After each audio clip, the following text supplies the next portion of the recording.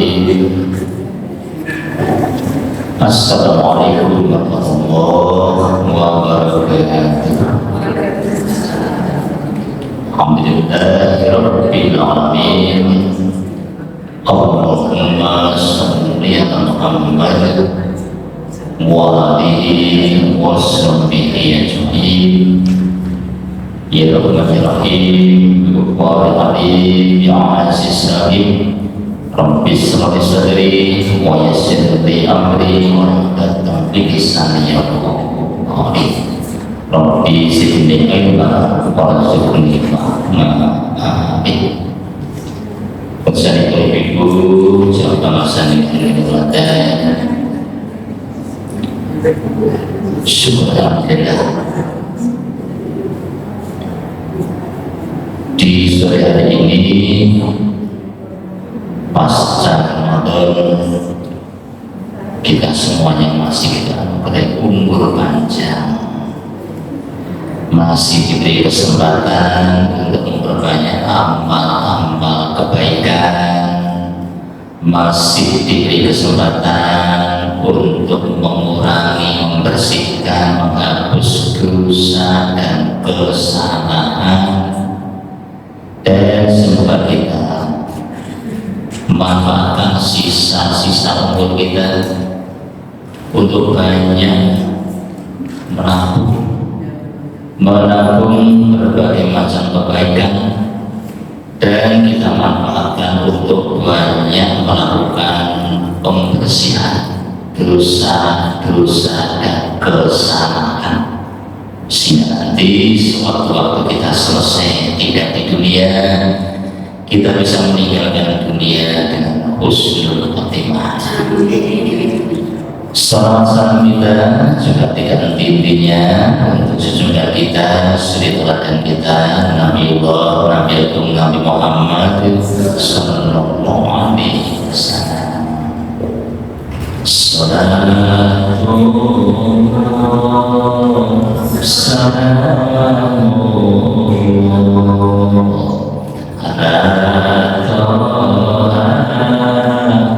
Rasulillah,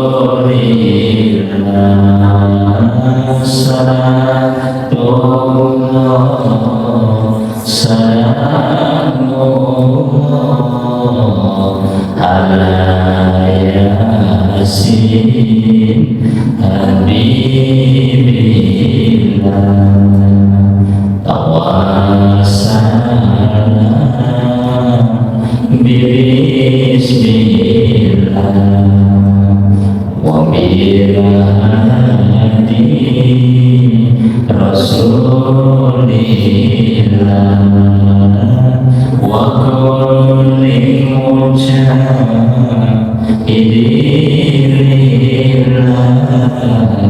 bi ahlil badriyah. Ojo dolani yang dina Jumat wayahe ngaji karo Pak Ustaz, nanging tiap pilih tetep ora makan. Mergo yen Jumat waktu kumat, salatullah salamullah ala taha rasulillah, salatullah salamullah ala yasin habibillah.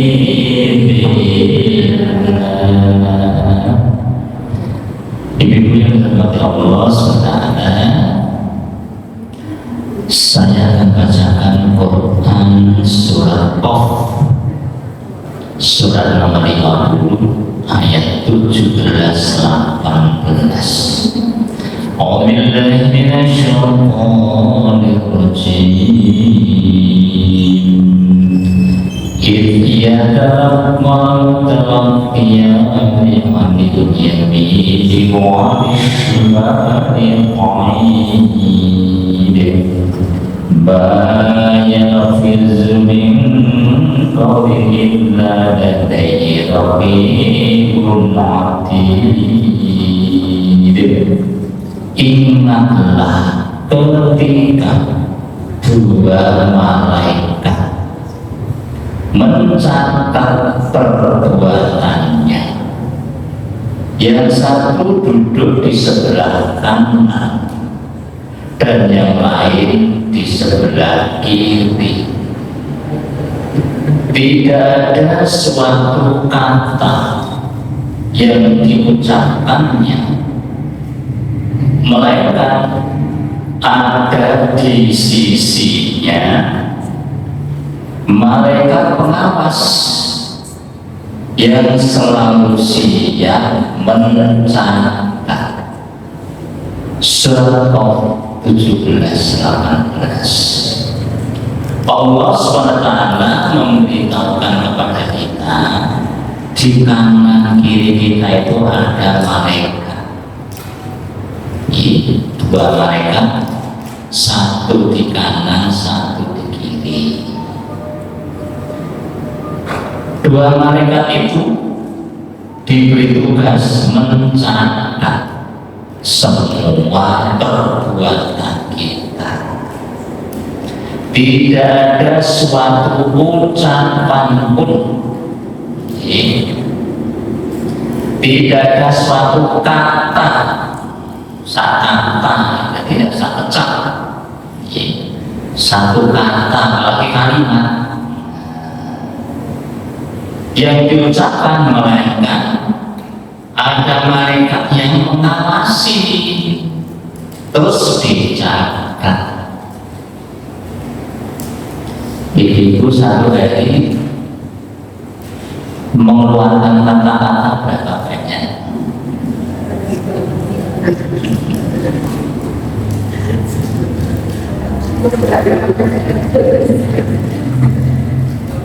Apalagi ibu, arisan ibu dengan arisan bapak-bapak itu amin. Nah, apalagi ibu wanita, itu jumlah kata-kata yang dikeluarkan, subhanallah, sehari itu berapa banyak? Sehari, seminggu berapa? Sebulan berapa? 1 tahun berapa? Usianya ibu berapa tahun? Kira-kira buku catatan malaikat tebalnya seperti apa? Pada setiap kata itu nanti ada pertanggungjawabannya, dan kata-kata itu ada yang mengawasi. Kenapa diawasi? Karena ada kata-kata yang berpahala dan ada kata-kata yang membawa dosa. Dosa dan pahala itu nanti akan menjadi perhitungan pihaknya. Dikisah di dalam Quran surat Al-Anbiya 47, Allah berfirman yang artinya, kami akan memasang timbangan yang tepat pada hari kiamat. Maka tidak ada yang dirugikan seorang pun barang sedikit sekalipun. Dan jika ada amalan, meskipun amalan itu beratnya sebiji sawi sekalipun, kami mendatangkan balasannya. Dan cukuplah kami sebagai pembuat perhitungan. Di antara perbuatan kita itu adalah kata-kata. Kira-kira perbuatan yang dikerjakan tangan dengan yang dikerjakan lisan kira-kira banyak mana? Nah, berarti anggota tubuh kita itu yang paling banyak melakukan perbuatan lisan.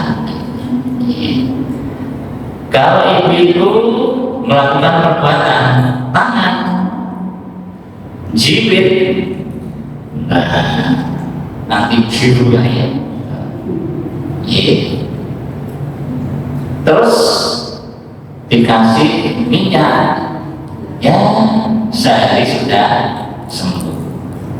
Tapi kalau yang jibit itu lisan, nah, yang terjibit apa? Hati. Kira-kira sehari sembuh atau tidak? Kadang setahun sama dimana loro hatiku.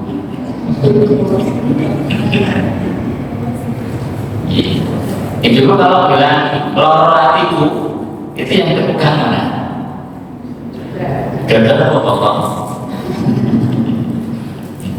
Ya, jadi kalau yang sakit itu hati, itu bisa membawa dampak sampai bertahun-tahun. Belum sembuh sakitnya, berarti dosa itu susah hilang. Tapi kalau sakit jasmani, jiwa keseramaian, paling sedino ya wis ilang loro. Ning nek ati sampe kelingan, loro rasanya. Makanya suruh memakan susah, ora sugih loro niku. Nek kelingan wis anggo dadi banyu ra nyau, tetep godhong ra nyuwet, tetep suket ra nyembul. Dalam pertanyaan dendam, baik dosanya sudah bertahun-tahun tidak bisa hilang. Tidak sekedar itu, walaupun selama hati dendam bisa menyeret orang-orang lain. Ada dua orang bermusuhan, podoloro hati nih. Akhirnya orang loro ngejak kancan-kancan nih. Satu keluarga bisa menjadi dua kelompok, satu jamaah bisa menjadi dua kelompok, satu negara bisa pisah menjadi dua kelompok gara-gara lisan. Nah, oleh karena itu sekalian, ada hadis mengatakan gini, man kana yu'minu billahi wal yawmil akhir falyaqul khairan aw liyasmut. Barang siapa beriman kepada Allah dan hari akhir, hari kiamat, maka hendaklah berkata yang baik atau diam saja. Hadis Bukhari Muslim. Nek ra iso ngomong apik, meneng baik. Kira-kira meneng apa pembelajaran itu? Meneng yang baik. Nah, anteng yang bertencipris enteng. Tidak ada suatu ucapan pun, ya, melainkan ada di dekatnya malaikat pengawas yang selalu siap mencatat. Terus nanti menurut kebanyakan manusia itu masuk surga karena takwa kepada Allah dan akhlak yang baik. Dan kebanyakan manusia itu masuk neraka adalah mulut dan kemaluan. Yang paling banyak memasukkan orang ke dalam neraka itu dua tempat, lisan dan kemaluan. Ini sumber dosa terbanyak manusia, lisannya dan kemaluannya. Dan lisan ini salah satu dosa yang dilakukan adalah yang namanya ghibah. Salah satu tapi sama salah satunya namanya ghibah. Apa itu ghibah? Saya sampaikan beberapa pendapat ulama tentang ghibah. Ar-Raghib mengatakan ghibah adalah menyebutkan aib orang lain tanpa ada keperluan untuk menceritakan. Imam Ghazali mengatakan ghibah adalah menyebutkan hal-hal yang tidak disukai oleh orang muslim lain jika apa yang disebutkan itu sampai kepadanya. Ibnu Ashir mengatakan ghibah adalah menyebutkan kejelekan orang lain pada saat orangnya tidak ada, meskipun itu kenyataan.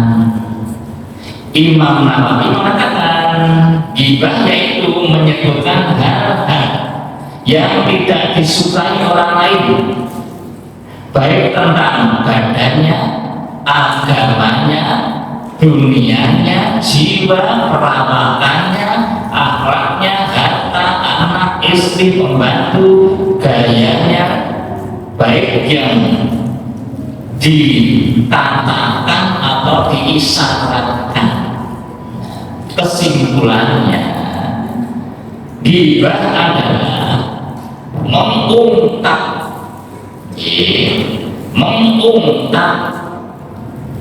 monceng sesuatu pada seseorang yang tidak disukai oleh orang itu, baik dengan perkataan atau dengan cara lain, sementara orangnya tidak ada di situ.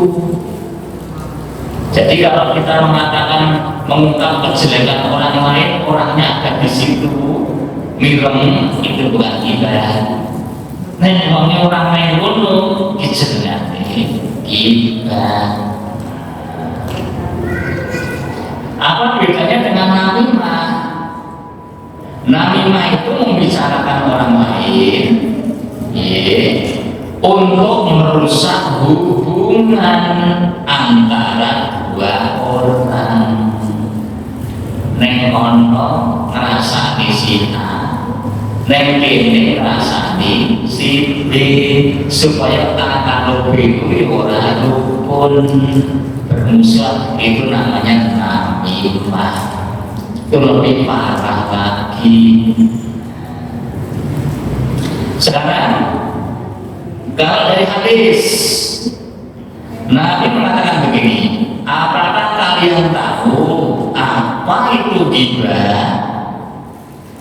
Mereka menjawab, Allah dan Rasulnya lebih tahu. Nabi bersabda, ghibah itu, ngerasani itu, membicarakan sesuatu yang tidak disukai oleh saudaramu. Jadi kata Nabi, sing diarani ngrasani ngomong ki sedulur liyane ning dheweke ora seneng nek ngomong kuwi. Nek sing diomongke kok gawe dheweke seneng, berarti dudu ghibah. Pokoknya kita membicarakan kebaikan seseorang. Nek dheweke seneng malahan, itu bukan ghibah.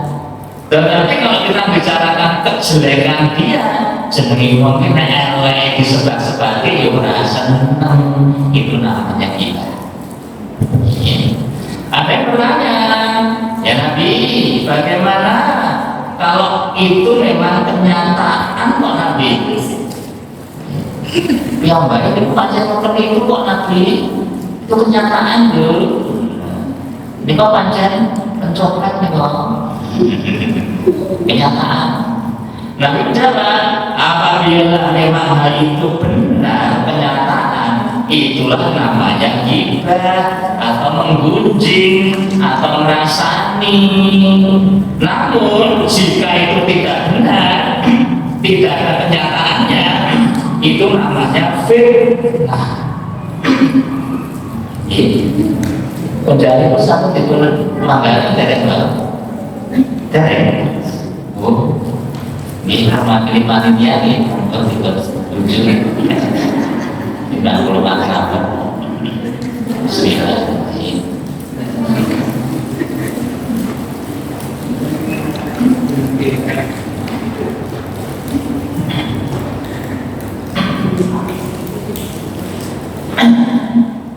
Nah, sekarang sekalian, bahayanya apa ghibah itu? Nomor satu, orang ghibah itu disamakan dengan makan pakai saudaranya. Wahai orang-orang yang beriman, jauhilah kebanyakan dari prasangka. Sesungguhnya sebagian dari prasangka itu adalah dosa. Dan janganlah kamu mencari-cari kesalahan orang lain. Dan janganlah sebagian kamu menggunjing, ngerasani, membicarakan aibnya orang lain. Sudahkah salah seorang di antara kamu memakan daging saudaranya yang sudah mati? Tentu kamu merasa jijik kepadanya. Bertakwalah kepada Allah. Sesungguhnya Allah Maha Penerima Taubat lagi Maha Penyayang. Surat Al-Hujurat ayat 12. Jadi Allah menyatakan jangan mencari-cari kesalahan orang lain. Wanita yang baik itu tidak suka metani olone liya. Wanita yang solehah itu sudah tertutup dengan yang namanya mikir jeleknya orang lain. Sing dipikir dari alamin diri. Itu wanita yang baik itu seperti itu. Apalagi mengungkap, membicarakan aibnya orang lain. Aib itu ada ditutupi, malah dibuka, disebarkan, dibicarakan. Itu disamakan dengan makan daging. Orang yang dibicarakan itu orangnya sudah mati. Berarti dahar manggil. Ibu pernah lihat jenazah? Kadang nyimbawe roti, tak malah dikrikiti. Siapa yang dikrikiti itu? Orang menggunjing, orang merasani. Allah menyamakan orang itu sama dengan sedang makan mayit. Makan daging mengurit oleh apa mereka wis jadi mayit. Dosane kaya apa? Hadis kedua dari Abu Zaifah, Siti Aisyah pernah berkata, aku berkata kepada Nabi SAW, Sofia itu begini. Jadi kalau itu Nabi namanya Siti Aisyah, membicarakan istri yang lain namanya Sofia. Di depan Nabi, Neng Sofianya tidak di situ. Terus Siti Aisyah bicara gimana? Dan ngomong apa? Mau Sofia itu gini, mau sering pendek, tidak tinggi dulu maksudnya. Tidak dengan kata-kata, mau hanya kode gerakan. Beliau bersabda, kamu kamu telah mengatakan satu kata yang andaikan air laut dicampur dengan kata itu, air laut tersebut akan berubah. Hadis Imam Daud. Kata-kata ghibah meskipun hanya dengan begini, nah, begini ini maksudnya apa? Merendahkan atau mengungkap kelemahan orang lain. Kata itu kalau dicampur dengan air laut bisa berubah. Padahal air laut itu apa sing kecemplung ning kono, nah, itu bisa dinetralkan karena air itu rasanya asin. Maka semua bangkai-bangkai yang di laut, ikan-ikan yang jadi bangkai di laut itu boleh dimakan meskipun sudah jadi bangkai. Jadi kalau ibu kok ketemu ikan mati di laut boleh dimakan, kecuali orang kecemplung gitu. Kenapa? Ya laut asin bisa membuat bangkai, bisa netral busuknya. Tetapi laut itu bisa kalah dengan apa? Dengan kata-kata ghibah. Saking beratnya dosa ghibah. Ketika aku di Mi'rajkan, aku bertemu dengan sekelompok orang yang kukunya terbuat dari tembaga, lalu mencakar wajah sampai dada. Jadi nanti ketika Islam diperlihatkan siksa di neraka. Salah satu orang disiksa itu apa? Kuku orang itu panjang, tapi yang muncul tembaga, besi tembaga.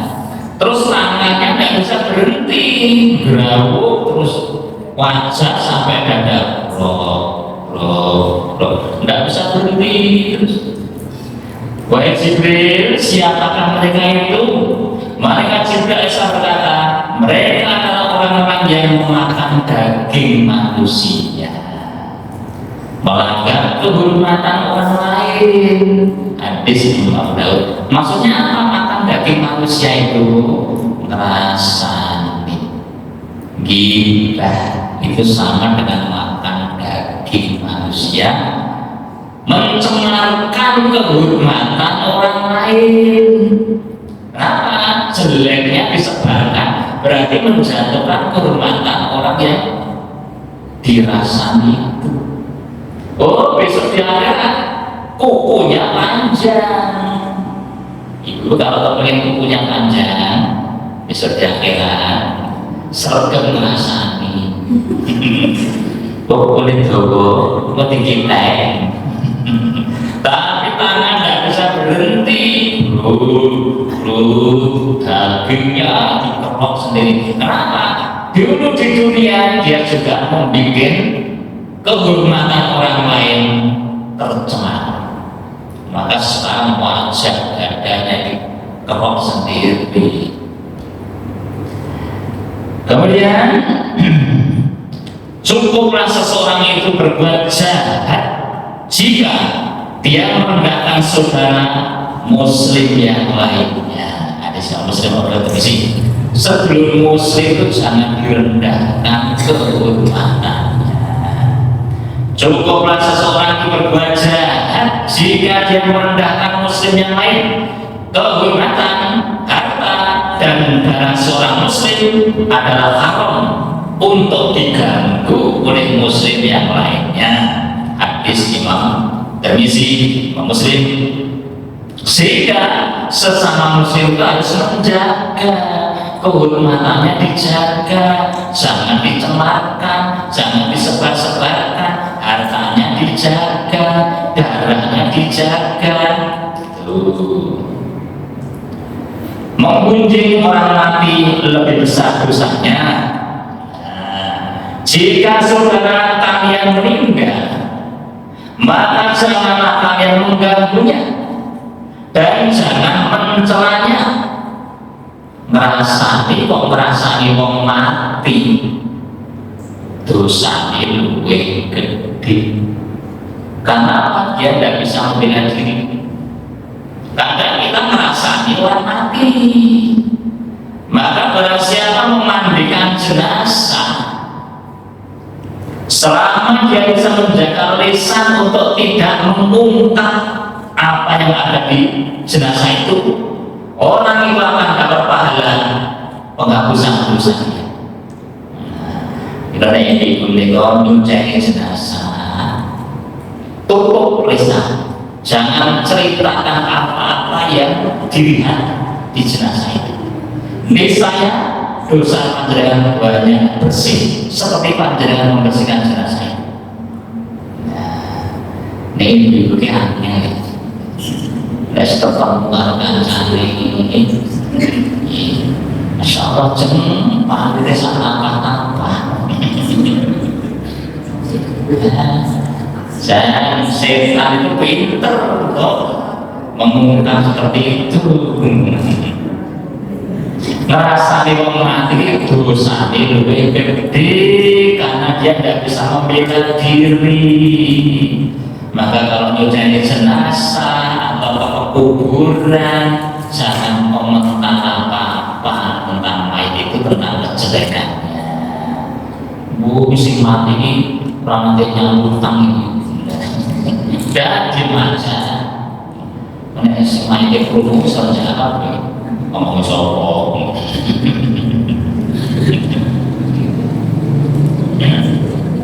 Kemudian sesungguhnya orang yang mencari-cari kejelekan orang beriman, sinten kok remen mencari jeleknya orang lain. Jangan pinter ini dan metani yang ada orang dia. Ini pada bahasa ini kuman di seberang lautan tanpa gajah di pelupuk mata tidak tampak. Nempel kalau itu yang cilik ketok. Nek awake dhewe ana sing gedhe ora ketok.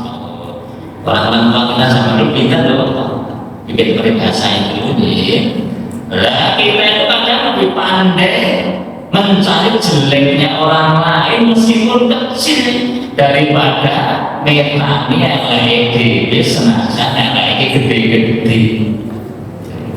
Sesungguhnya orang yang mencari-cari kejelekan orang beriman, maka Allah akan mencari-cari kejelekannya. Barang siapa yang kejelekannya dicari-cari oleh Allah, maka Allah akan mempermalukannya walaupun di rumahnya sendiri. Hadis Imam Daud, sapa sing senengane metane enek wong liya, nanti kejelekan dia oleh Allah akan diteliti sampai jelimet. Wadah, sing teliti Gusti Allah ketemu kabeh. Sebaliknya barang siapa senang menutupi aibnya tetangga kok ditutup, maka aib kita juga ditutup oleh Allah. Sesungguhnya riba yang paling mengerikan adalah mencemarkan kehormatan seorang muslim tanpa alasan. Hadis Imam Daud. Itu riba yang paling mengerikan. Barang siapa menyebarkan aib orang lain, maka Allah akan menyebarkan aibnya di hari kiamat. Barang siapa senang jeleknya tetangga disebar-sebarkan, tunggu saja nanti di hari kiamat jelek dia akan diumumkan. Itu bagi itu Allah ini itu diumumkan mengerti kabeh sak padang masa. Dan barang siapa mengusahakan atau barang siapa menyusahkan orang lain, maka Allah akan menyusahkan dirinya pada hari kiamat. Sesungguhnya bagian tubuh manusia yang pertama membusuk ialah perut. Maka barang siapa yang sanggup hanya makan yang baik, maka lakukanlah. Barang siapa yang mampu untuk tidak dihalangi masuk surga disebabkan darah sepenuh telapak tangan yang dia gunakan, maka hendaklah dia lakukan. Hadis Bukhari. Nah, terus bagaimana kalau kita diajak rasani? Kalau namun rumah kok harus naik, kalau bukan rasani, kalau namun rumah ketemu di kamar cipris, maka kalau rumah mawon. Gimana hukumnya kalau kita hanya mendengar saja?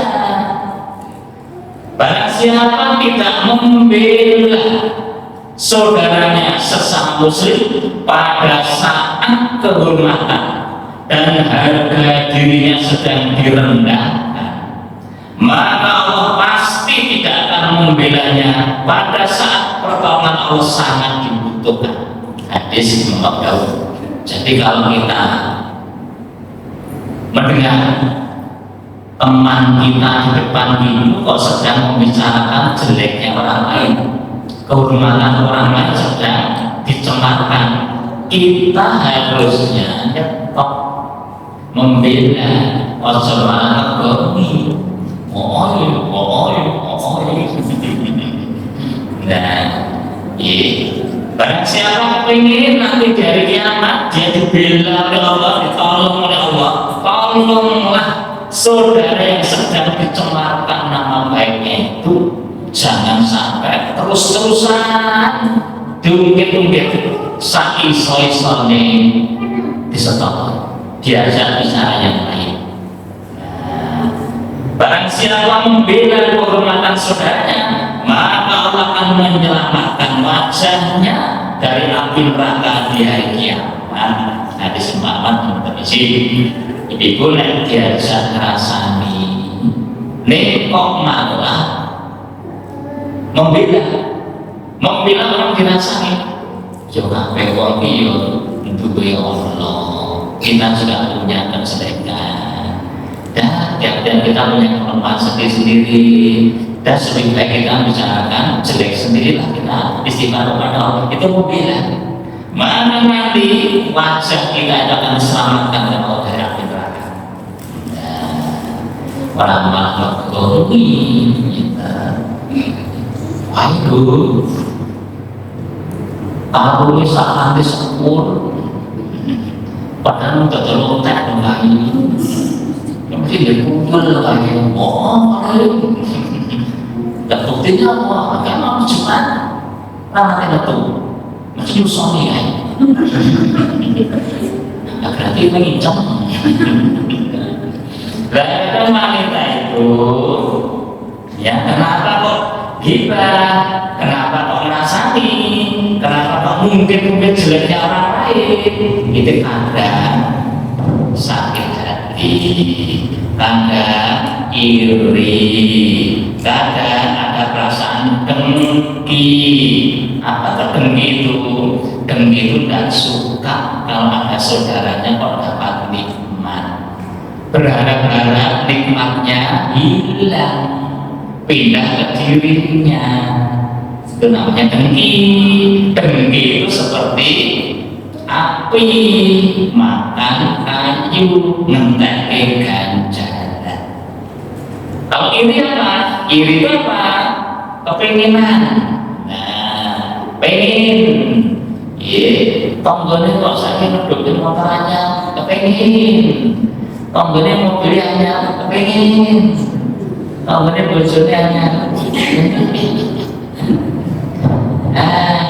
Dan kita berusaha untuk ridho dengan pemberian Allah. Enggak usah iri, dengki, makanya enggak usah tengok kanan, tengok kiri.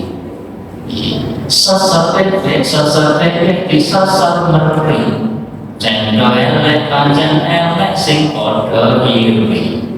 Kali gedek neng pinggir kali, rambutin teh ngrasani larane ngati. Tonggone tuku motor rambutin glodol. Tonggone keramiknya anyar rambutin glodol. Masih gundul carane. Iya prokonsol ing dunya sing hati-hati padha sakaro mintane takdiring Gusti Rama guna nuruti larane ngati urip ning dunya sakremo kari nglakoni tiap-tiap orang punya jatah rezeki sendiri-sendiri. Mangan peyek kelong untune ojo menyek karo kancane anak keprek anake kowe senajan elek sing penting duwe dhewe. Itu namanya konangan. Itulah sekalian betapa bahayanya yang namanya ghibah. Penyebabnya biasanya iri, biasanya dengki. Kenapa kok bisa iri, bisa dengki? Karena kelemahan wanita itu umumnya benda-benda dunia. Kenapa kok di surga itu wanitanya sedikit? Penyebabnya karena wanita itu lebih senang dengan kenikmatan yang ada di dunia daripada yang di surga. Memang di mana-mana kelemahan wanita itu pada karena dunia, mulanya gampang kepinginan. Kira-kira bajunya ibu dengan bajunya bapak banyak mana? Tasnya itu dengan tasnya bapak banyak mana? Sepatu sandalnya itu dengan bapak banyak mana? Sales-sales yang dicari arisan ibu atau bapak-bapak? Gampang kepinginan. Boleh beli barang diusahakan karena kebutuhan, bukan kepinginan. Ini apa mas? Ini demo wajan dari Jerman. Dahulunya mas, lo ini teknologi terbaru tanah minyak bu. Ini jelantah aja bisa kok bu. Ini akhir tubuh menek masanya 10 candol yang mampu kabeh. Gak apa-apa yang gede-gede. Usul yang masak atau tidak benar. Tukar-tuku. Nah ini pada salah satu ciri wanita soleh tidak membebani suami di luar batas kemampuan. Penyebabnya ghibah, itu biasa iri, dengki, sakit hati. Nah, oleh itu mari kita jaga lisan kita.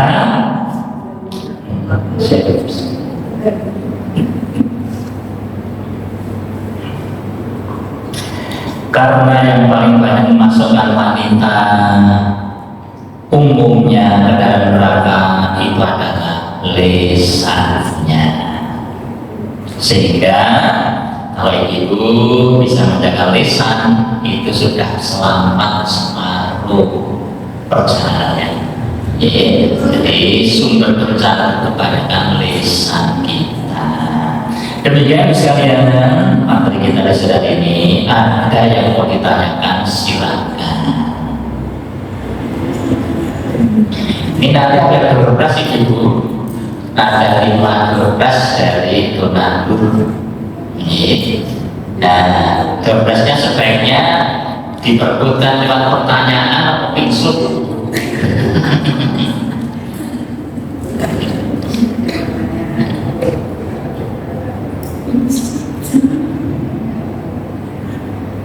Mana 12-nya, Mas? Bawa sini, televisi sama ya.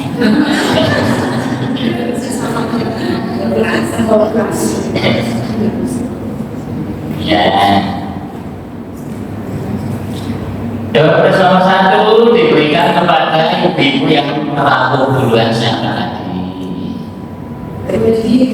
Ya, alhamdulillah dapat motor.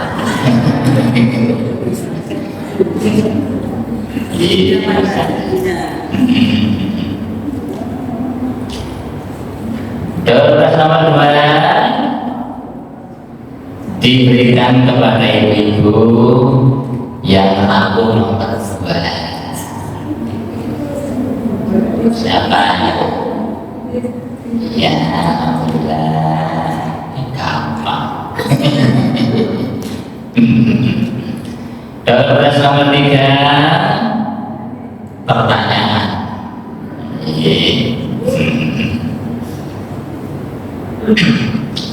Pertanyaannya, apa bedanya ghibah dan namimah?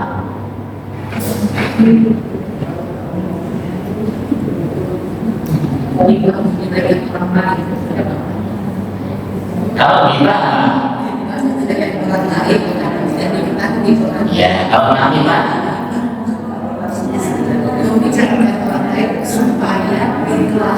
iya, betul. Itu nomor 3. Terus nomor 4. Tadi kita membicarakan hadis Nabi, ada istri Nabi yang ternyata punya dosa ghibah merasa anti. Siapa yang istri Nabi tadi namanya? Ngacung? Kakinya jangan. Oke, Siti Aisyah. Doa nomor 5.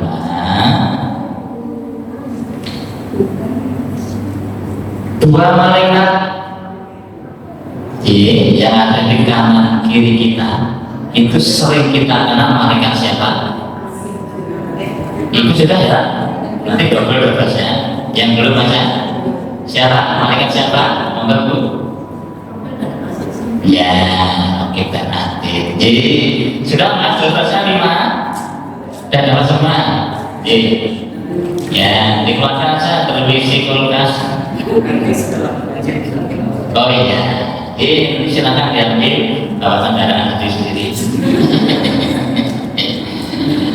Kemudian ibu sekalian, penasihat dari saya cukup siang. Bila hidayah. Assalamualaikum warahmatullahi wabarakatuh.